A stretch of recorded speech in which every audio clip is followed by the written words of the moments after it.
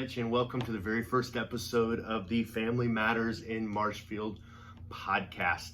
On this podcast, we're going to talk about the joys and the challenges, the ups and the downs of all things family, parenting, marriage, preschoolers, kids, teenagers, all of those things, grandparenting. We'll talk about all of the things that make family so wonderful and all the things that make it one of the hardest things that we do. So my name is Rich Cochran. I'm the pastor at First Baptist Church here in town. And over the years, I've worked as a student pastor, a children's pastor, a family pastor. I've done just about everything, it seems like and feels like. But over the years, I have spent a lot of time with kids and teenagers and parents. And what I hope that we can talk about is we can tap into some of the conversations that are going on and some of the conversations that need to be had so that we can develop and become the family that we really truly can become. We're going to talk to different people in our community that have expertise and experience on different conversations. We're going to bring those into so that we can grow and learn together. One of the things I hope that you do is if there's topics or if there's things that you want to talk about, that you'll leave them in the comments or you'll email us and let us know things that you would like for us to discuss. Today, what we're going to do in our very first podcast is I just want to lay the foundation for a couple of four foundational pieces that we need to grow and build on. Matter of fact, mainly these are four mindset shifts that we need to include in our marriage and our parenting so that we don't become paralyzed or we don't become stuck where we are, but we truly do take small, consistent steps so that we can get better. Today, the very first thing I want you to know, and this is so important, is there is no perfect family. It is so easy to think and believe that so many people around us have it together and we're the only ones that don't. It's like when you go to Walmart or when you go to the store and you see the picture frames, and in those picture frames you see the perfect couple, you see the perfect family, you see the perfect kids, you see the perfect mom, you see the perfect dad, and you look at it and you wonder, why can't I be more like that? We can't even make it through a photo shoot, much less end up with the perfect family to go in the frame. It doesn't exist. So take the pressure off, take a deep breath, relax. There is no perfect family. We all have our stuff. We all have our challenges. Years ago, I was counseling a young family. They had elementary kids, and they were telling me about their family, and they were talking about some of the challenges they were having. And I don't know if it was the mom or the dad, but they spoke up and they said, I don't understand. Why is it when we come to church, we look around and everyone's got it together but us? And I thought that was kind of an odd statement. I didn't understand it. But then I thought about it for a moment and I just kind of chuckled. I laughed, not out loud, but I just laughed. And I told them, I said, well, here's the deal. When you come to church, other people are thinking the same thing about you. Why do you have it together and we don't? Because I know what just happened in the car. I know what just happened when we were getting ready. I know what just happened when we were having breakfast and the bickering and the stuff, and we can't find the shoes and the clothes don't match, and I want to wear these boots, and the stuff of life. And here's what I told them. I said, when you come to church, other people do the exact same thing. And it's not just church, it's anywhere, school, the playground. When you see other families, you look at them and you go, why do they have it together and I don't? Why are we the only ones? Why are we broke and they're not? You see, because you didn't hear the conversation right before they got out of the car. And right before they got out of the car, one of the mom or the dad, they turned around and say, listen up. We're about to get out of this car, and I want every single one of you to act like you like each other. Not only that, but you better act happy. And so what do? They get out of the car, they paced this fake and false smile on their face. Everybody holds hands, everybody's laughing, and they come with their stuff too. And so I want to let you know, as we talk about the things that relate to family here in Marshfield, I want you to know that there is no such thing as a perfect family.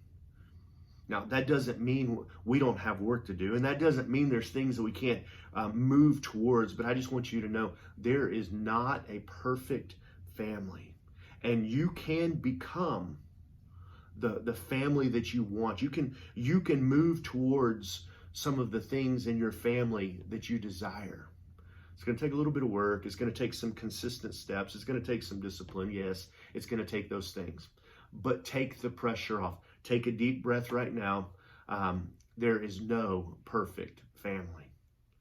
The second thing I want you to know as a foundational truth is, just like there's no perfect family, I want you to know that time marches on.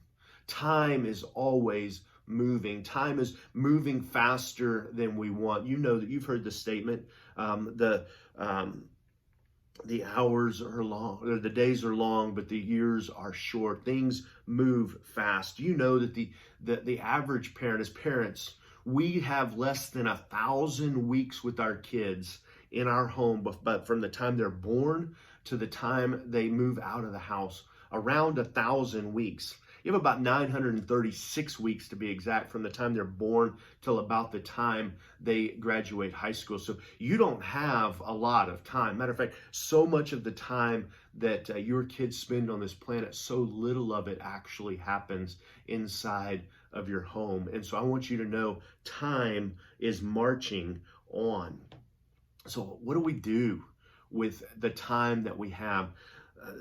Three things I just want to throw at you. First, you got to prioritize quality time. You've got to make a priority to have quality time. And it doesn't matter if it's with your spouse, or if you have preschoolers, or if you have kids, or if you have teenagers, or if you've got a mix.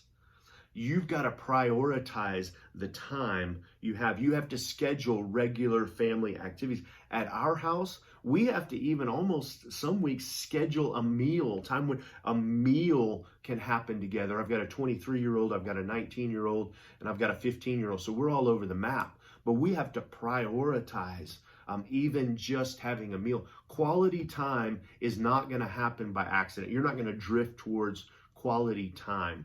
You have to prioritize it, whether it's with your spouse or with your children. You have to create these moments together. The second practical step is you got to set boundaries. There are things you need to say no to. You can't do everything. You have to prioritize and set boundaries. There are things you should say yes to, but you shouldn't say yes to everything. And then the third practical thing I would say about time is be present. Be present. You got to put your device down. You got to put your phone down. You got to put your tablet down, and you got to be fully present with the time that you have with your family. I will tell you, honestly, this is something that I've gotten better at.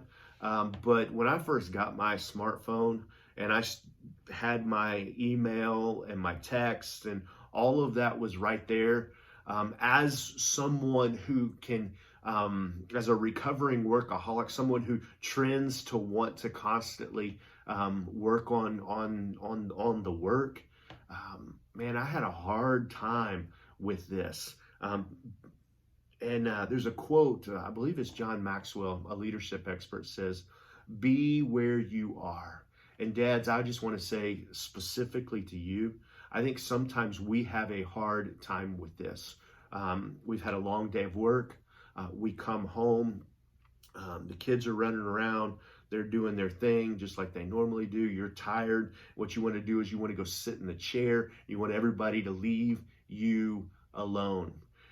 And I just want to encourage you, you got to be where you are. You got to be present. Yes, it's going to take some extra effort. And in my mind, one of the things, especially when my kids were in elementary, what I had to do was I had to move the finish line. The finish line wasn't just when I got off work. It wasn't just when I walked in the door. The finish line really wasn't until about 9 or 10 o'clock at night. And yes, I know that can take a toll, but you have to mentally and emotionally move that finish line so you don't just come in, sit down, disengage.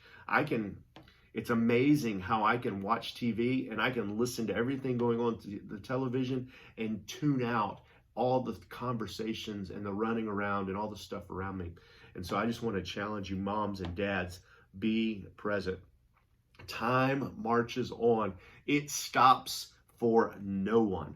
And none of us can make more of it. It's the one commodity that you don't have the ability to produce more of. And so time marches on.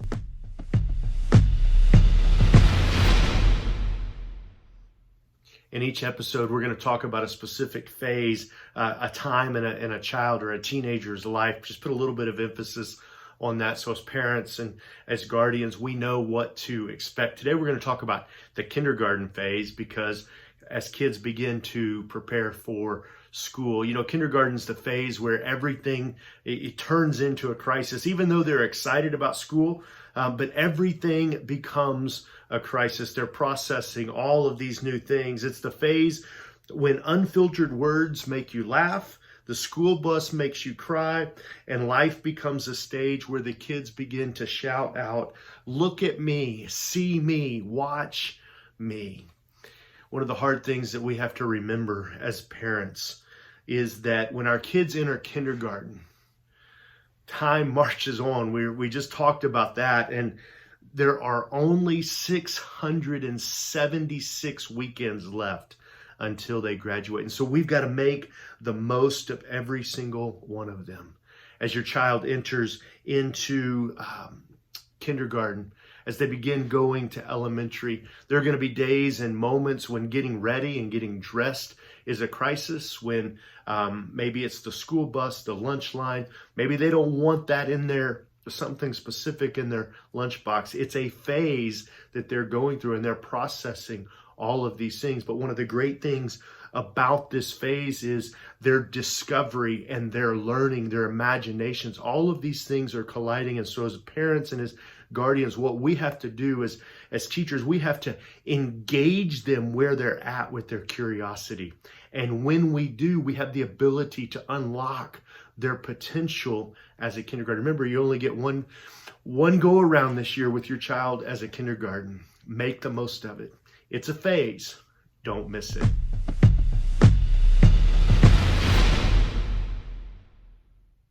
The third truth, foundational principle that I want us to look at here is think with the end in mind. This is a mindset shift.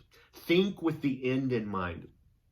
It is so easy for us to only do family with what's right in front of us. We handle the things right in the moment. But if you're a businessman or a businesswoman, if you're an educator, you don't just show up each day and go, okay, I wonder what I should handle today. No, you've got a business plan. You've got lesson plans. You know the scope and sequence. You know the task you have to accomplish, and you know the plan, and you know the goals, and you work towards them. You take small steps. You are knocking off the milestones so that when you get to the end of the year, your business has made money.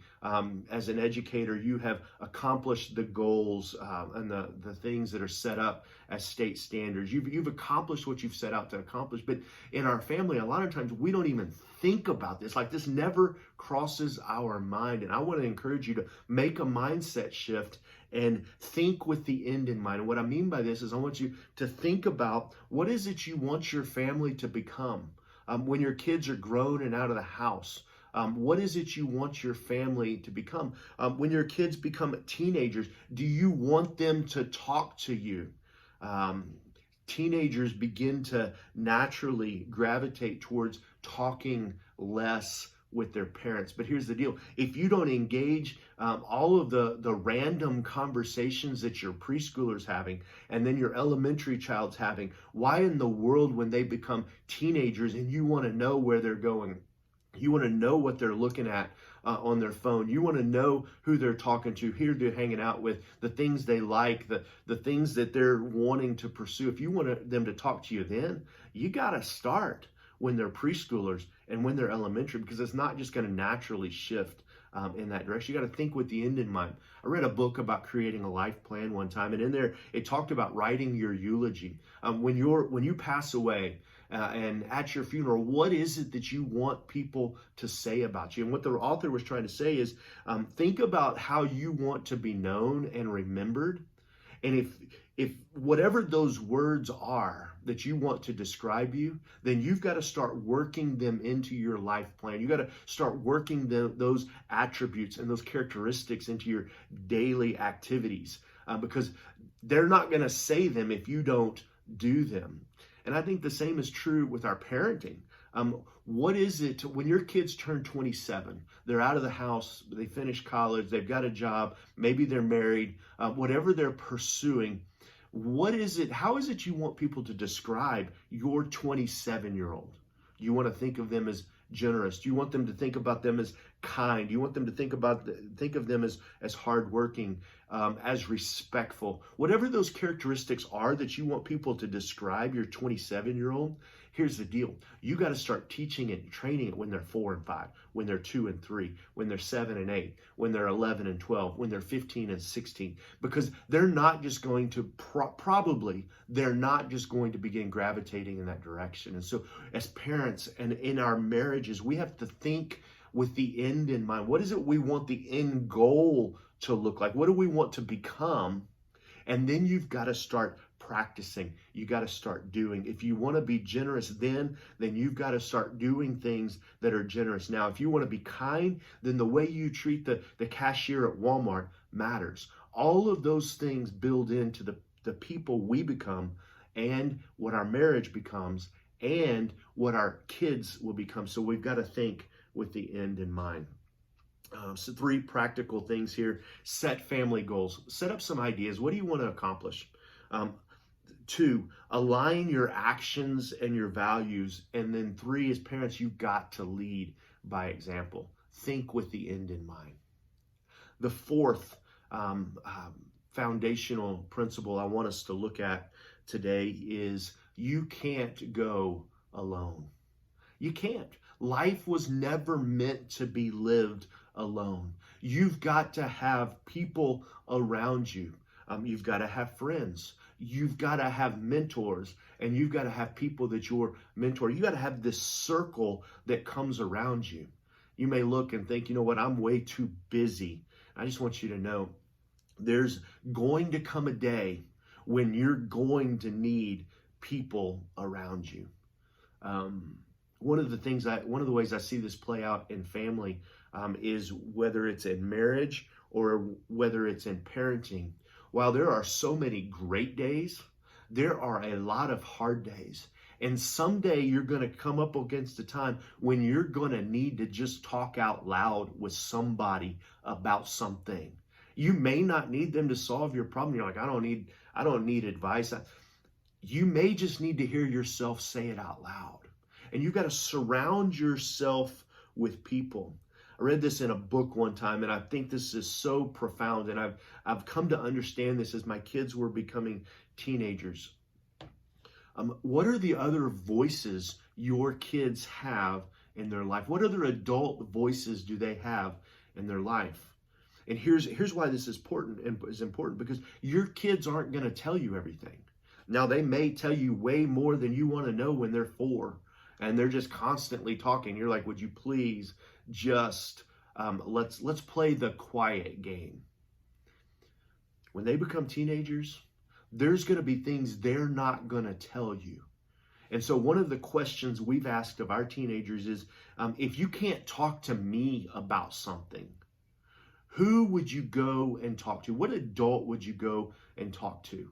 And when they gave us a name, a couple of names, we knew those people. And we knew that they would give advice that, while we don't know exactly what it would be specifically, we know that they would give good, solid help and advice. And they had somebody they could go to.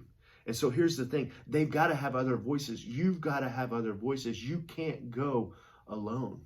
I just want you to know this. Family Matters in Marshfield, sponsored by our church, First Baptist Church. Here's the deal. There are several good churches in town.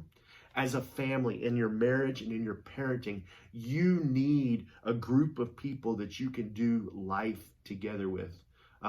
We teach the young couples, the 20s and 30 somethings. If you don't have a church family, you're not connected with somewhere, come join us. There's 7 to 10 couples every week, and we're just navigating life, and we're looking for encouragement. We need one another. You're welcome to come and join us. But if you're a part of a church, or if you're casually connected to a church, I just want you to know you've got to have people that comes around you. Not every day, but there are gonna be days. And so don't do life alone. So as we kind of pull our content together today, I want you to know these foundational truths are important. You can take a deep breath. There's no perfect family. Unfortunately, time marches on and you can't produce more of it. The third thing we talked about was think with the end in mind. You've got to think the long game. What does this look like? And then the fourth is that you can't go alone. The end of our episode today, just like each episode, we're going to end with the Family Matters Toolbox. I want to give you a tool, maybe something you can use to help the relationships, your family. Maybe it's just to navigate a season. Today's tool that I want to give you is just a simple question. You may think, well, that's not much of a tool. You know, I know as a dad, sometimes what I tend to do is I tend to talk too much. And I tend to engage them in conversation with me doing all the talking. And what I need to remember as a dad, as a mom, what you need to remember is sometimes we need to ask a better question and we need to listen. And so maybe something happens at your house. Maybe it's in your car. You're talking about something as you're driving down the road. I don't know what it is, but put this question in your toolbox. And it's very simple. What do you think? What do you think? You may say, hey, these are some things I'm thinking about. Thinking about maybe this for our family. Maybe this is a new habit. Maybe we're going to do this as a new ritual. What do you think? Now, you're not giving them a vote. What you're doing is you're inviting them into the conversation so they can be a part. And I know as a dad, that's one thing I probably need to do a better job of, is inviting my kids into the conversation so that I can see life through their lens just a little bit better. Now, again, they may come up and say, I think we should have cotton candy for dinner every night. Well, you know you're not going to do that. But asking the question, what do you think, invites them into the conversation and allows them to feel like they are a part, and it gives them ownership in being a part of the family. They're not just the kids. We only have a little bit of time where we have them in our homes, and we want to engage them, we want to equip them, we want to prepare them. Inviting them into the conversation with a simple question, what do you think? I believe can change the way that your kids are active participants. The way they engage with you, and the way they maybe will even invite you into their conversations as they get older. So ask the question, what do you think? I hope these help you. We're going to talk about a lot of different things on this podcast over time. So welcome to the journey. I just want you to know, family matters right here in our town. Family matters in Marshfield.